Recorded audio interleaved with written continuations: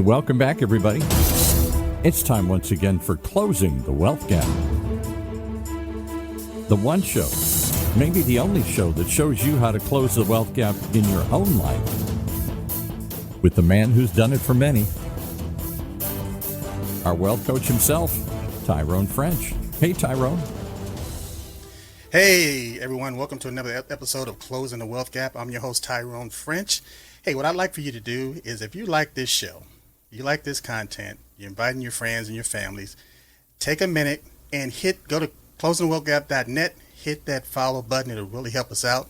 If you like this quality content, you can also go to my website, which is tyronefrench.coach. Check out the free platform, information, videos, articles, or just go to coachtyronefrench.com. Either way, you're going to get quality content, and guess what? Doesn't cost you a dime. So again, thank you guys for tuning in. Also, just want people to know, just for full disclosure, the things that we talk about on this show is just for information and educational purposes only. We are not giving financial advice. With that being said, Mr. Paul Roberts, how you doing, buddy? I am doing good, and I'll tell you, you may not be giving financial advice, but you're definitely giving, what is it, sartorial? Dressing? Whatever the fancy word is for dressing right. That looks a sharp outfit. I like that navy and navy blue and everything. Well, I tell you, people ask me about the Navy, and they'll say, thank you for your service and everything. And I got to tell you, it was my pleasure. It was an absolute treat. I mean, some of the memories come back as far as, every time we went on a deployment, somebody didn't come back. Yeah. It was hard on the families. We're finding out things how, like a lot of on the Marine Corps bases, water's being contaminated and miscarriages and things like that. So it's like a catch-22. But overall, being a teenager, I was absolutely happy to serve. And if I had it to do all over again, Paul, I wouldn't hesitate. Well, I love the outfit, love the look, and love to hear what you're going to talk about here today. Well, I tell you what, in the studio today, I have a really good friend of mine. We've been knowing each other about 15 years. His name is Gary Fitzgerald. I'm just going to bring him in, and we're just going to have a conversation. Two friends over a little 6-ounce bottle of water. I wasn't going to say beers. And Gary, I'm just going to bring you on in. How you doing, buddy? I'm doing great, Tyrone. Thanks for having me. Well, thank you for being here. I know with your schedule and everything, we've been trying to do this for a while. All of a sudden, the stars lined up. I was thinking about you one day, and I just sent you a text message and said, hey, Gary, can I get you on the podcast? And you said, absolutely, and I dropped my phone. I know. I was happy to say yes. Well, it's been a long time coming, and the thing is, how we met was I did financial planning for a company. I'm not going to bring up the name or anything, but we were doing estate planning. And at the time, you were the maestro. And so when I first got into doing various wills and trusts and things like that, and understanding conservatorship and how important it was to bypass probate as far as putting certain vehicles in place and making certain things private, that's how our association came about. And I was so impressed by your knowledge, your professionalism, and how you conducted yourself in business. And I told myself, I said, that's how I want to do it. So, given that, tell our audience a little bit something about Gary Fitzgerald, how you got started, and meaning that what led you to that point to whereas when we first started meeting our association and you were able to mentor me through some certain things, but what drove you to that point? I think I was in the same place as you, Tyrone. Years back, I was insurance, mainly insurance, a little bit of financial advising, not at the level that you do. And, you do it for a while. And you see how it impacts people's lives. Yes. And then you see people, they pass on. And then the family reaches out to you. And they go, what do we do? And then you find out, right? Yes. Nobody's planned anything, right? Right. My wife's best friend from elementary school's husband passed away suddenly. 2 kids in high school, they didn't even know if they had an insurance policy. They didn't have anything. It was awful. And the light went off in my head, and I said, I've got to learn this. and find out what options are available. Yes. And I don't know about yourself, but my parents have passed. I've had a lot of family pass in my lifetime. Yes. And I've seen everything. Yes. Everything. People being in probate for years, people Yes. avoiding probate, people passing their estate quickly and easily without any hassles, and just every which way. And so through personal experience and through investigation, I found that living trust were probably the best vehicle for most people. Yes. So I did my due diligence and formed a company to help people with that. I'm not an attorney, never offered legal advice, but I found different organizations and businesses that do that. Yes. And so that's how you and I met. Yes. And the thing is, I on the same track. I was, matter of fact, I was working for a company called New York Life Insurance Company, small company. Not a lot of people have actually heard about this small company, but it was New York Life Insurance Company. Went through a 3-year training program, and that's what opened up my eyes as far as the haves and the have-nots. Whereas if you were wealthy or ultra rich or super rich, the cost of insurance was just a forethought. It's just something that you did. It was just based on your plan. But if you were middle class or working class, it was a mindset shift as far as do I want to buy insurance? Can I afford it? And so as I began to educate my clients based on this is why you need this, based on whether it's income protection, you're no longer here, you still have the family, the obligations. This money can come in there tax free to help your family, but it wasn't enough because I found out, I could put a life insurance policy in place for them, but then there was no trust. There was no will. I mean, just the basic thing as far as having a will saying, how do I want my assets to be distributed? And so even though, again, I was able to solve that problem as far as having the money for the funeral expenses and maybe to either pay off the mortgage, or if they wasn't going to pay off the mortgage, at least make the mortgage payment for 5-10 years or something like that. But again, I found out, hey, you got to have a will. And, 69% of Americans don't have a will. And so you wonder why families, they fall apart after the matriarch or the patriarch pass away and the siblings start fighting over things that don't even matter, and now they're not talking to each other. So with understanding that they needed a will, then that's where the trust came in as far as, wow, you know what, a lot of people, we're here in California. I was a licensed insurance agent in California. I found out a lot of people had real estate. And so I sold mortgage insurance to protect that mortgage. But I found out that there was no trust. And so now, especially when you're talking about a lot of people getting divorced, you only have one parent, they pass away, that property is going to probate because you only have one owner. So again, as I began to see the problem and me wanting to, my business was almost like a ministry. I wanted to solve these problems. I wanted to help people. And lo and behold, I found out about this company that could solve that problem on an affordable basis. And that's what brought us together. And we worked together for years, solving a lot of people's problems and helping people with those problems. And to this day, you don't find out the job that you did until after they need it. After the death in the family, after they see that all the planning that they put in place is actually working, and that's when you get the smiles and the thank yous, and I started not to do this, and I'm so glad you followed up with me and we took care of this. And to me, that was the gratification of everything. So again, I applaud you and I thank you for even mentoring me to go down that path to show me that there were certain things that I could put in place for my clients. To help, not just to help them, but I began to understand generational wealth. Right. And that's part of the reason. I mean, you're extraordinary in your care for the people that you work with, Tyrone. I knew that from the start, and I had relationships with thousands of Asians throughout the United States.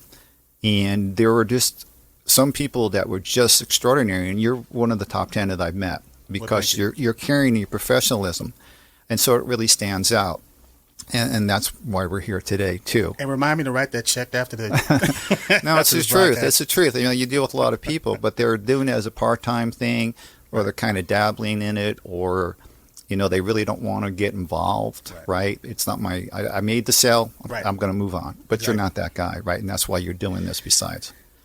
I've seen a lot of guys make a lot of money in this industry, but I've never been that guy, like you said, to just, I made my money, on to the next person. Yeah. Because it's almost like when you learn something. Once you learn something, you find out so many other aspects of what you just learned that you don't know. Right. And it's never ending. It's a journey. And when I realized that financial planning and generational wealth, it's not a destination, but it's a journey, it just made it a lot easier for me. I just began to understand and see the process. And now I'm not just dealing with a husband and wife. I'm dealing with the kids. And hopefully, just based on longevity, you're dealing with the grandkids. Because the company that I set up is generational. Tyrone French, I mean, the human being, the person, is going to be dead and gone. But Tyrone French, the organization, the institution, is going to live on and on and on. So we're still going to be servicing clients, hopefully 100, 2 years, 300 years from now, with the same philosophy. And that's the truth. And you see that, but most people don't. And your clients don't see it most times until you bring it to their attention. Yes. Right? Because everybody's immortal. Yes. Right? And then something happens, right? Yes. That's been in my experience. You talk to people and, they're not really interested. But then, who knows? It could be a week, it could be a year, it could be 10 years later. Somebody close to them passes away and they see what happens. Yes. And they say, I don't want that to happen to my family. Or the reverse, from my own experience, my father had a living trust. And it was so easy. Everything was easy after that, right? And so you learn one way or the other. Right. I want that or I don't want that. Right. And then all of a sudden, they want your time, right? And so what you're doing for your people is making them aware of there's two options. Yes. Which option do you want to follow? Which path? What legacy you want to leave? A saying that I think is very powerful is your last impression is a lasting impression. Yes, I agree. And that goes a long way. We all want to leave the world, I think, better than we came into. Yes. People that we care for and that we love, we don't want to leave them holding the bag or trying to figure it out. Right. Or pulling their hair out. There was a woman in California that I worked with years ago. Her mother passed away, and her property went into probate. She didn't have anything in place. So this is before this woman became a financial aid. She wasn't aware of any of this stuff. Okay. But she learned the hard way. And unfortunately, the time that her mother's property was in probate, the market took a big dive. Yes. They lost hundreds of thousands of dollars. Yes. It wasn't just time, it was money. Yes. And that set her on fire. She's never going to allow anybody to go through that. Yes. I tell people, you could have been the best husband, the best wife, the best father, the best mother, the best brother, sister, uncle, whatever. When you pass away, the last thing people remember is the position you left them in. So all the other stuff that you did is out the window. They're looking at, wow, nothing was in place.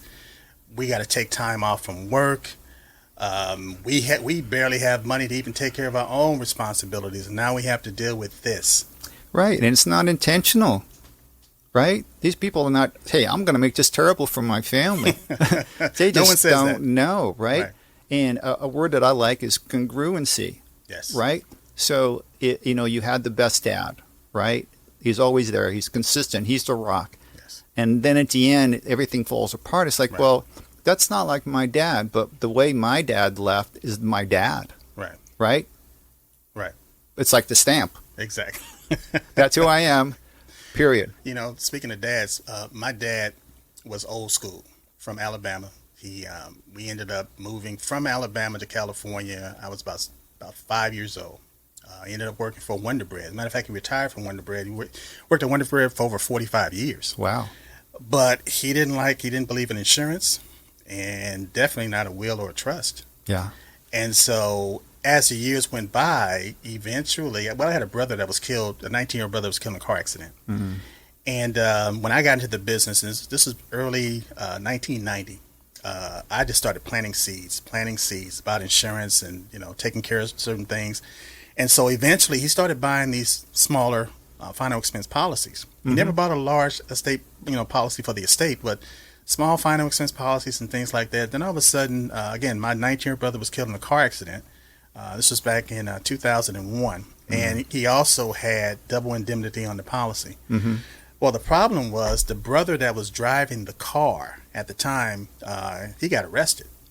And so my mother and my father had to bury one child, and then they had to defend the other one. Oh, wow. At the same time. And again, we didn't come from money. Right. So it was the life insurance, the income tax-free life insurance that he didn't want to deal with. Right. It's actually what swooped in and saved the day. And we ended up getting a very good attorney. And the prosecutor was begging our attorney, saying, hey, I mean, he did such a phenomenal job. My brother he was going to walk away scot-free. And so the prosecutor was like, wow, 3 people died in this accident.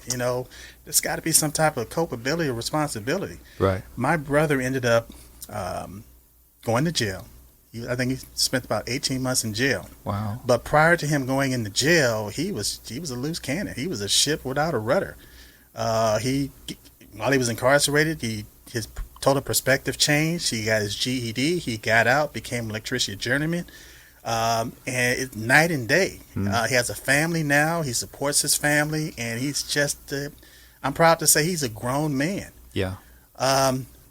But had we not had the life insurance, the money to take care of that situation, he probably would have had a public defender, and he'd probably still be in jail, and he'd probably be bitter about it. So again, who knows? But I'm just saying the importance, you never know the importance of life insurance until you find yourself in certain scenarios where, again, that income tax-free money, it helps. And I'll tell you another story. My dad, when I first got into the insurance business, he didn't think I had a quote unquote, real job. Right.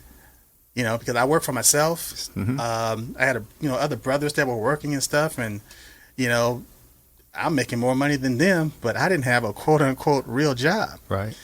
And it wasn't until my dad passed away back in 2019, and they were going through his wallet.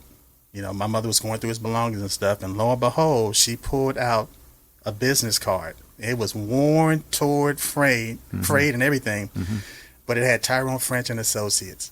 And like I said, he was old school. He wasn't going to tell me how he was proud of me and everything, but when my mother gave me that business card and I saw that he kept it in his wallet, I knew. Yeah, I mean, that's what we live for, right? It's family. I mean, for me, my dad always told us from a young age, family comes first. It's always family. Yes. And, you don't really pay attention to it so much as a kid, but, I mean, you're around your family a lot, of course. Yes. But as you get older, and we're blessed, we have 4 grandkids, and we've got a wonderful life, and we know it. And that's our most important thing in our life, and that's what we focus on. Yes. And you can't take things for granted, because as we get older, right? I'm turning 64 in a couple of months. You see a lot. Yes. Oh my gosh, 64, man, you don't look 64. Yeah. I appreciate it. Either you do. You're in good shape. Yes. But you don't know what tomorrow's going to bring, man. You've heard us 1,000 times. These cliches are around because they're true. Yes. Right? And you've got to plan for the worst. You really do, in my feelings, right? You've got to plan for every contingency and hope for the best, right? Put that money out and hope you don't, as I was younger, I had term insurance. Right now I have permanent insurance, right? Because you have to understand that, because your term policy is going to run out. For those of you out there in a term policy, yes, comes the day it's going to end and your premium is going to go sky high. So anyway, I heard a certain age, I said, well, I need to get a permanent policy. And so I'm protecting my wife, just money that she probably won't even need, but it's there, and I feel good about it, and it can go to our grandkids or our kids or whatever, right? Right. But, my mom died on my 30th birthday, out of the blue, had a massive heart attack. Wow. And you just don't know. I mean, everybody's got a story. Yes. Everybody does. That's why they call it history. Period.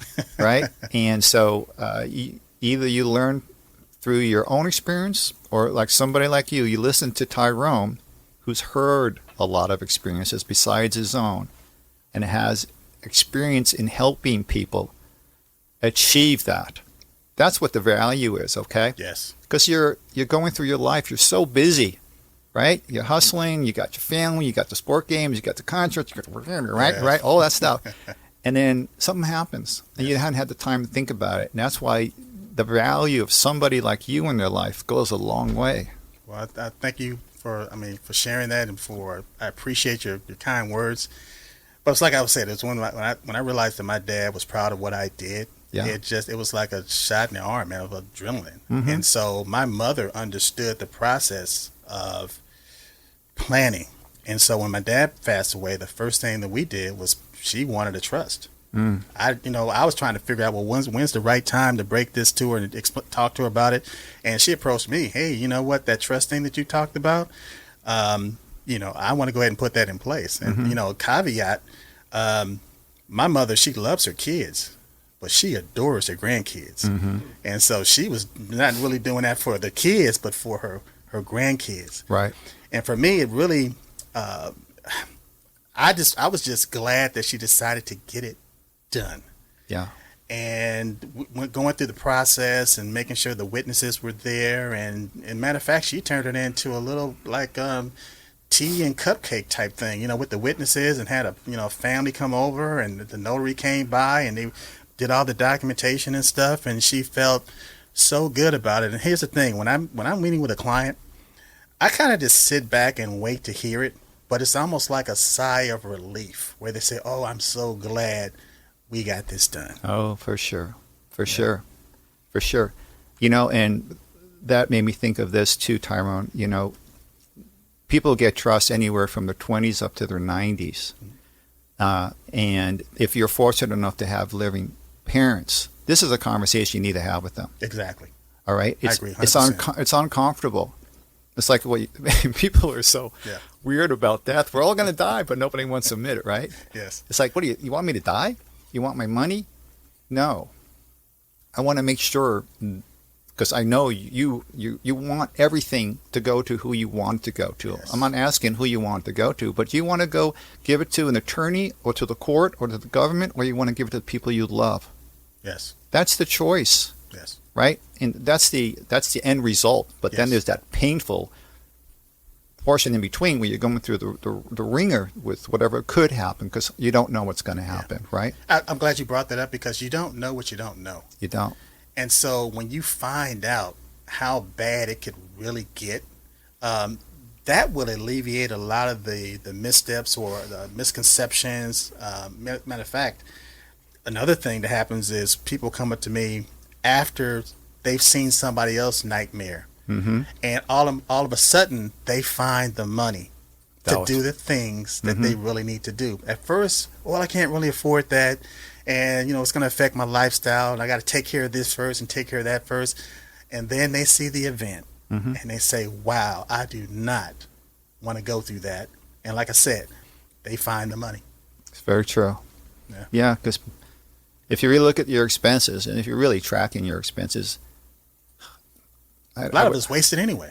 I would say, I can't speak for everybody, because there are people that are struggling, right? And so that's maybe not in their, maybe they can't really do that today, but maybe they can plant a seed and start saving for it, right? Priorities and just being aware of it. But for most people, I would say 98% of the population, this is a conversation and something they should seriously look at now. Yes. Because I'm just sorry, man. Things happen, Yes. Well, I tell you what, Gary, we're running out of time. I mean, this is a conversation that we can have all afternoon. Yep. And never get tired, because we can go up stories after stories, events after events. What I want to do, though, is if you're listening to this conversation and you're interested in getting some more information, just go to Tyrone French, or go to Coach TyroneFrench.com. If that's too much to type in, just go to TyroneFrench.coach. I'd love to hear from you. My email address is coach@TyroneFrench.com.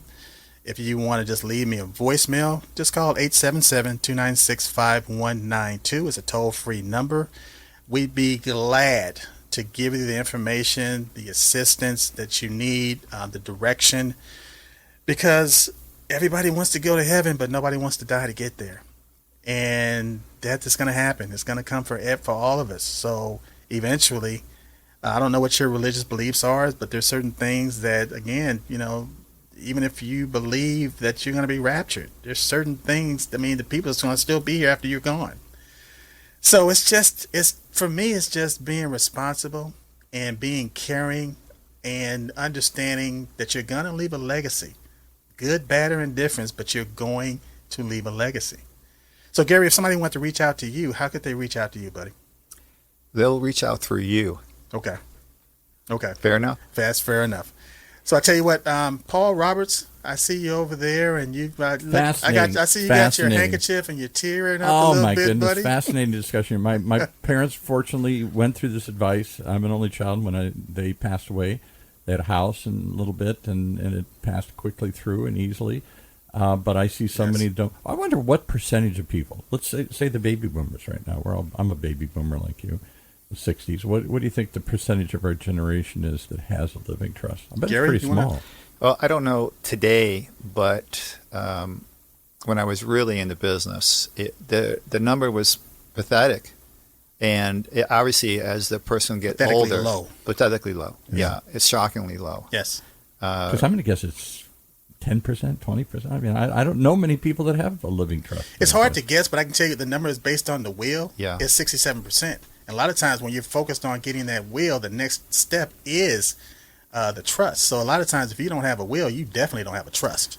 And if you have a living trust, it should have a will inside of it. So you don't need both because it's basically and two what's the different difference? Yes. Real quickly, what's the difference between one and the other? Well, with the will, when you have a will with no trust, what you're guaranteeing that you're going to go through probate. Right. Because now a court has to adjudicate based on or divide those assets. Right.